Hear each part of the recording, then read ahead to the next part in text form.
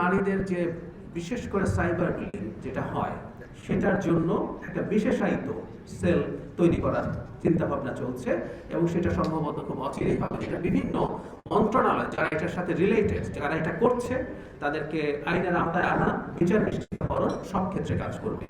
মাননীয় প্রধানমন্ত্রীর সাথে আমার ব্যক্তিগতভাবে কথা হয়েছে, তিনি এই ব্যাপারে অত্যন্ত সিরিয়াস এবং আমরা আশা করি সেই কাজটা হবে।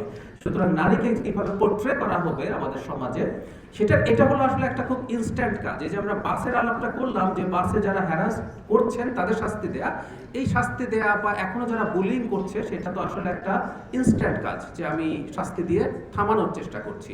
এটা আসলে দীর্ঘমেয়াদী কাজ হয় না। নারীর প্রতি যদি আমাদের শ্রদ্ধাবোধ বা মর্যাদাবোধ না হয়, টু সাম এক্সটেন্ট এগুলো আসলে কোনো না কোনো ফর্মে চলতেই পারে। তো আমাদের সরকারের জায়গা থেকে আমরা আসলে অন্তত যে দুটো মন্ত্রণালয়ের সাথে আমি জড়িত আছি, সে দুটো মন্ত্রণালয়, আবার একই সাথে আমি মাননীয় প্রধানমন্ত্রীর পলিসি এবং স্ট্র্যাটেজিতেও কাজ করছি, মন্ত্রণালয় তথ্য এবং সংস্কৃতি, সেগুলোর মাধ্যমে নারীকে পজিটিভলি পোর্ট্রে করা এবং নারীর সাথে পুরুষের যে সম্পর্কটা কেমন হওয়া উচিত সেটা নিয়ে কাজ করার সুযোগ আছে, সেটা আমরা কাজ করব। এটা হলো প্রথম প্রশ্নের জবাব। আমি দ্রুত শেষ করতে চাই। দ্বিতীয় প্রশ্নের জবাব হচ্ছে অন্তর্ভুক্তিমূলক বলা হয়েছে এবং সেটার পরিমাপযোগ্য কোনো কিছু নেই কেন এখনো।